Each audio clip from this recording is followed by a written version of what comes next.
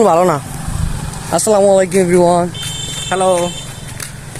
তো দেখতেছেন চারপাশে অনেক সুন্দর ন্যাচারাল পরিবেশ, ঠিক আছে। এটা হচ্ছে ফরিদপুর এসি রোড।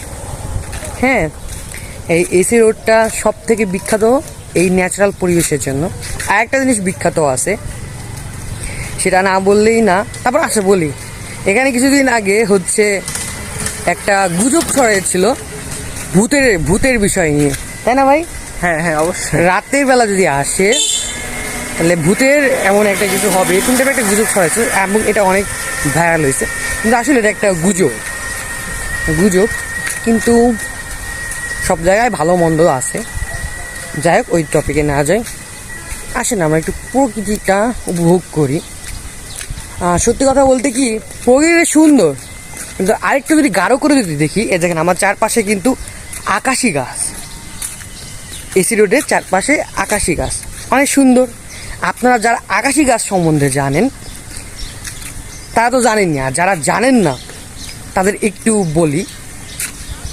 আকাশি গাছ ধরেন পরিবেশের চারপাশে অ্যালার্জি জাতীয় টক্সিক আবহাওয়া সৃষ্টি করে বা হচ্ছে ছড়িয়ে দেয়। মানে এদের যে ফুল, এই ফুলের রেণুর মাধ্যমে টক্সিক আবহাওয়া ছড়িয়ে দেয়। আর এই টক্সিক আবহাওয়ার জন্য বা এই ফুলের রেণুর জন্য অনেকের বিভিন্ন ধরনের সমস্যা হয়, যেমন অ্যালার্জি। হ্যাঁ, অ্যালার্জি জাতীয় বিশেষ করে যারা আশেপাশে থাকে 1-2 কিলোমিটারের মধ্যে, এই এরিয়ার মধ্যে তাদের হচ্ছে অ্যালার্জি হয়। হ্যাঁ, অ্যালার্জি বলতে পারেন যে ফুসফুসে অ্যালার্জি, কাশি, চুলকানি এইগুলো হয়। অনেকে আবার হার্টের সমস্যাও হয়, ঠিক আছে।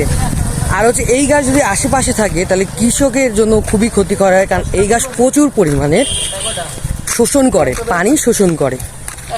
তো আমি জানি না যে বাংলাদেশের সরকার কেন এই আকাশি গাছটা এই চারপাশে লাগাইছে। এটা কেমন উদ্যোগ হলো আমি নিজেও বুঝতে পারতেছি না। আকাশি গাছ দেখেন, এইগুলো হচ্ছে আকাশি গাছ।